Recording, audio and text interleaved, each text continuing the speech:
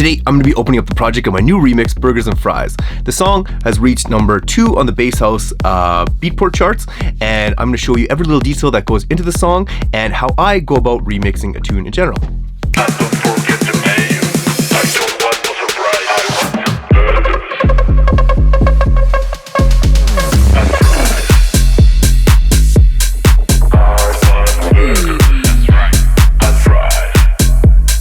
Yo, it's Thomas Anthony from FinishBetterMusic.com, where we believe great producers aren't born, they are trained. Now, every week on this channel, I upload a new video where I either break down a song or remake a popular song from a popular artist, or I show you the behind the scenes on my tunes, and that's what we're going to be doing today. Now, like I said in the intro, I'm going to be opening up my remix of Burgers and Fries, and the song did really well in the Beatport charts. I'm not doing that to gloat or anything like that. I'm just giving you some context so that you want to stick around and watch the rest of the video, because it did pretty well in the charts. I'm super stoked about it. I also made a funny little video, music video with my friends, which I will have right before we jump into the session. It only has one part of the drop, the final drop, so it'll give you good context of what the song sounds like and how it sounds fully mixed and mastered. Now, I make these videos so that you can take some of the ideas that I have and implement them in your own songs.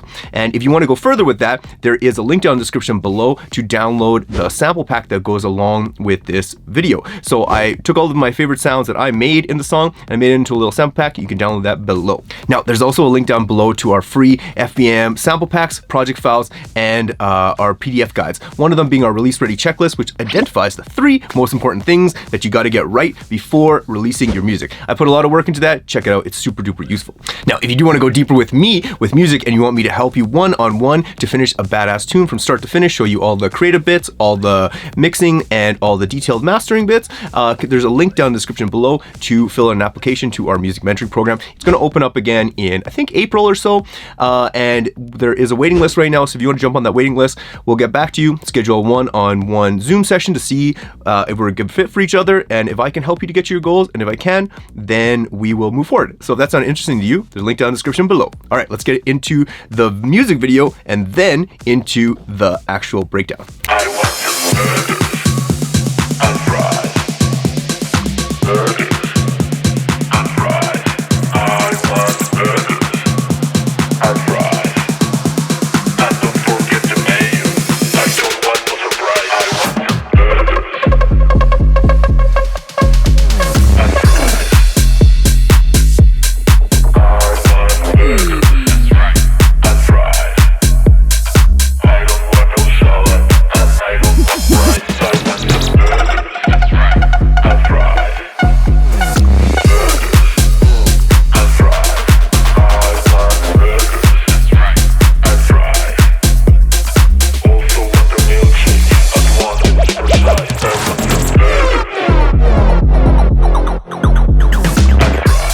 Okay, so let's have a look at this song. So pretty simple arrangement. What I got going on here is basically just a 30-second breakdown. Again, this is like a silly song, so we were more going for something quick, something easy, catchy, and just fun to dance with. That's just easy to comprehend and to digest. And so basically just have some intro drums going on, just basically like keeping the momentum going in the breakdown section. Then 3 sections of the drop, followed by the same thing, basically just a similar breakdown with a little bit more vocals, followed by a second drop.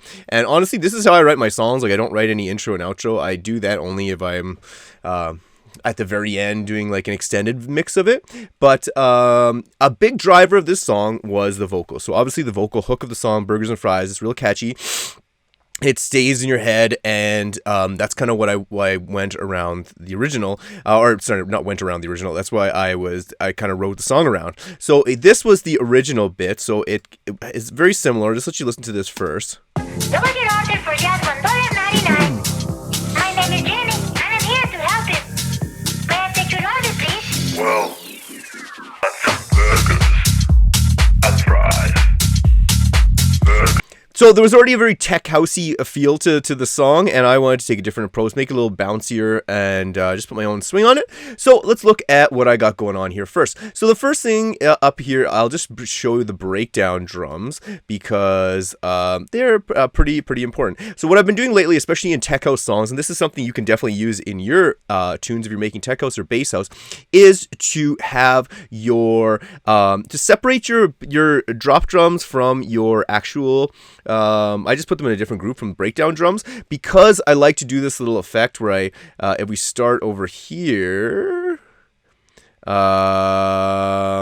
did I do it? If I turn the EQ on, oh yeah, so I'll have like the highs coming in here, and then as it gets close to the drop, I'll cut away some of the highs and the lows, so it kind of like narrows in, and then when that comes back to the drop section, it will pop off a little bit more. Now, I've also done things in the past where I've started like this and then slowly open them up going towards the drop, but I think that's a cool little trick.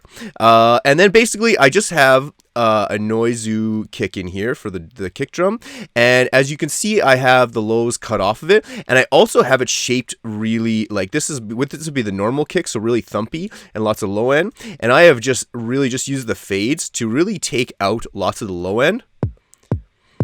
So we're just getting like the mid-rangey bit of that kick, and then I just have like this my typical like I just had one clap for here, two sets of hi-hat, so one clap, hi-hat, just two tones in the hi-hat to make this a little bit sexy. Sounds real nice. Just like a little reverse thingy here. Thought that was cool. And then just a little hi-hat on the sides to give it a little bit of variance. That's basically it for the breakdown. I just wanted to keep it simple, keep the momentum going, not think too much into it. Now let's look at the main kick of the track. So again, if we compare that to this bit, you will see that, again, I'm using way more of the actual kick. I'm still not using the full thing because this would be way too much. Like, I do like to shave it off a bit. And that's a lot thicker. And I'm actually doing no processing on the kick because it just sounded good and it didn't need any processing, so that worked out really, really well. And then again, going into the breakdown drums over here, or sorry, not the breakdown drums, the drop drums, using exactly the same ones that I was using up in the breakdown section, but then I added a couple loops over here, so this loop, and then this one. I just found this randomly. And putting that all together, so it goes from still momentum with the hi-hat, and then when we go into the second section, again, just a little bit more variance, and then the final section, I just added some rides and just keep it going. And that's like a typical formula that I like to do with tech house, bass housey tracks. I like putting rides at the end, then maybe get a little shaker in there to give it some movement, and then obviously just a bunch of fills everywhere at the end of bars. The Noizu riser. Love this one because it's just a snare drum. I just love it so much. And then crashes in all the appropriate places.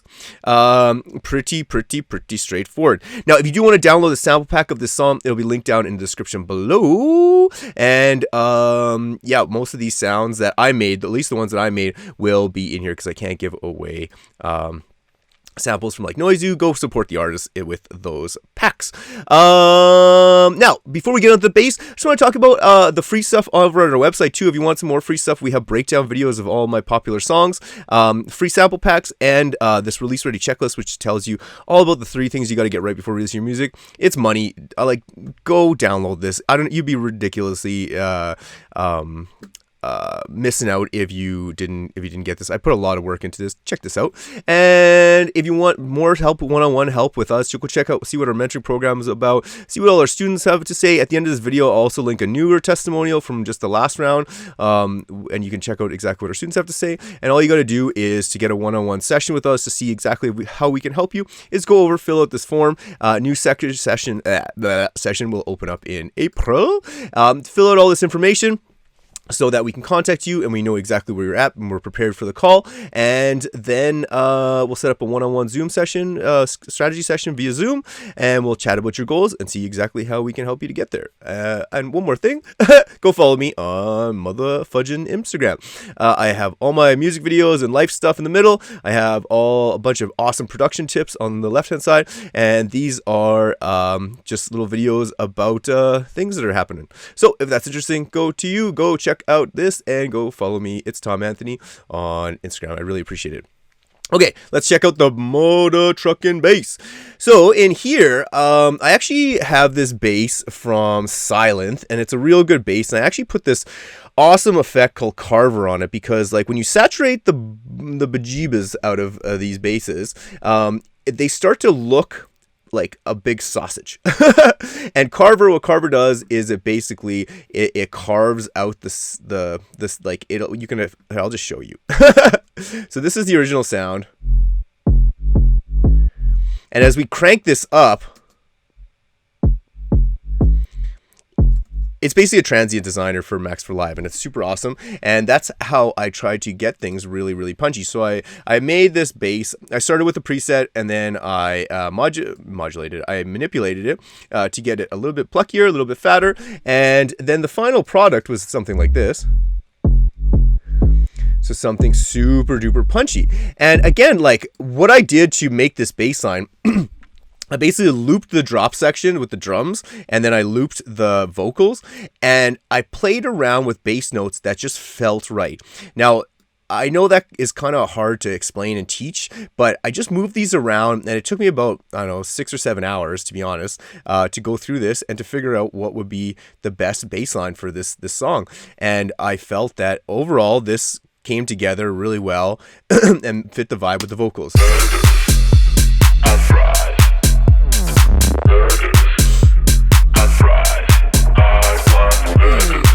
It kind of sets the tone for the song, and it sets the bouncy vibe of the overall the overall vibe of the song. So that's basically it for the bass line. I just have a little reverse in here to kind of go into this section. And literally that's it. That's what's awesome about some of these bassy, tech housey songs, is that you just need to write one bass line and you are good to go. Now let's see what else I got on here. I have, the next most important thing is the melody section. Not really melody section. It's more so just like drop sound stuff. So I have little wiggles and whoops like that are just going. I made this in Silent, I think. That one was in Silent. What are these sounds?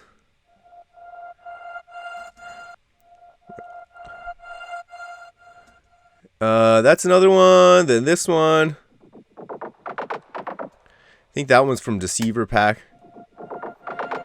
And I'm just layering these bad boys on top of everything.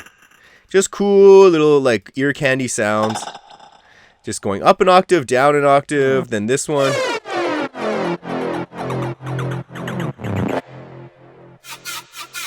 And then I ended up adding like a little boop, boop, boop, boop thing here.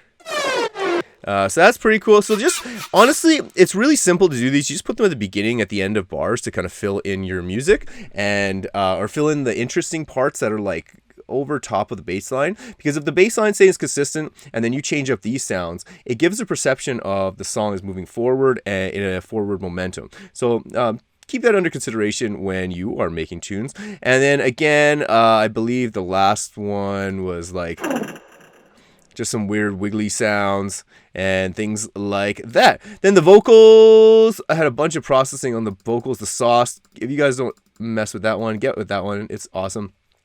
Again, I chopped up the original vocals to kind of tell my own story here. So I just wanted a different vibe, and I had a different way of presenting it. And that's what's awesome about remixing stuff, is that you can tell the story in a different way. So I just kind of moved things around to make the song more appropriate.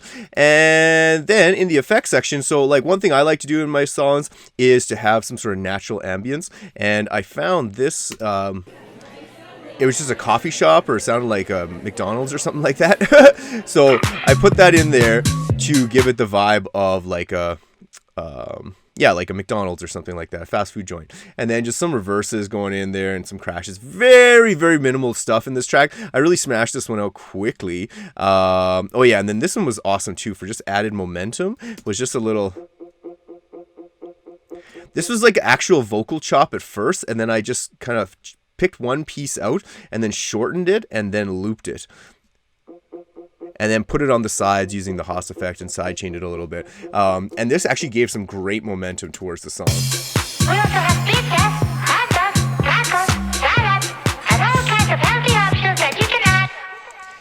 Now, yeah, if you want help making a song that sounds badass from start to finish, again, this one did awesome. It went to number 15 in the bass house, 16 in the bass house charts, number 2 on the release charts, number 3 in tech house charts, and number 9 overall in Beatport releases, which is pretty tight. But more so than that, it made a bunch of people laugh. And again, you can check out the music video that I did. Over on my Instagram.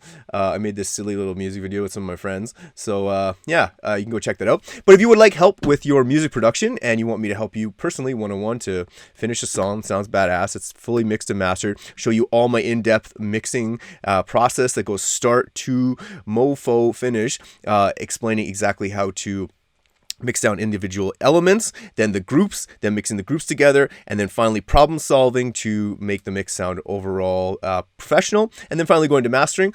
Consider checking out the music management program, FinishBetterMusic.com. You know where it is. I talk about it all the time. Super proud of this. I can't, like, everybody that's gone through it has never had anything bad to say. Everyone's super satisfied. That's why we put full names of people on here so you can hit them up and ask them, what their experience was, because it will be really awesome. Anyways, until next week, we will chat. I have a new song coming out probably in the end of the month, which I will give more information about as the time comes closer. All right, until next time. Peace. What's up, everybody? This is Falco from Kelowna, BC.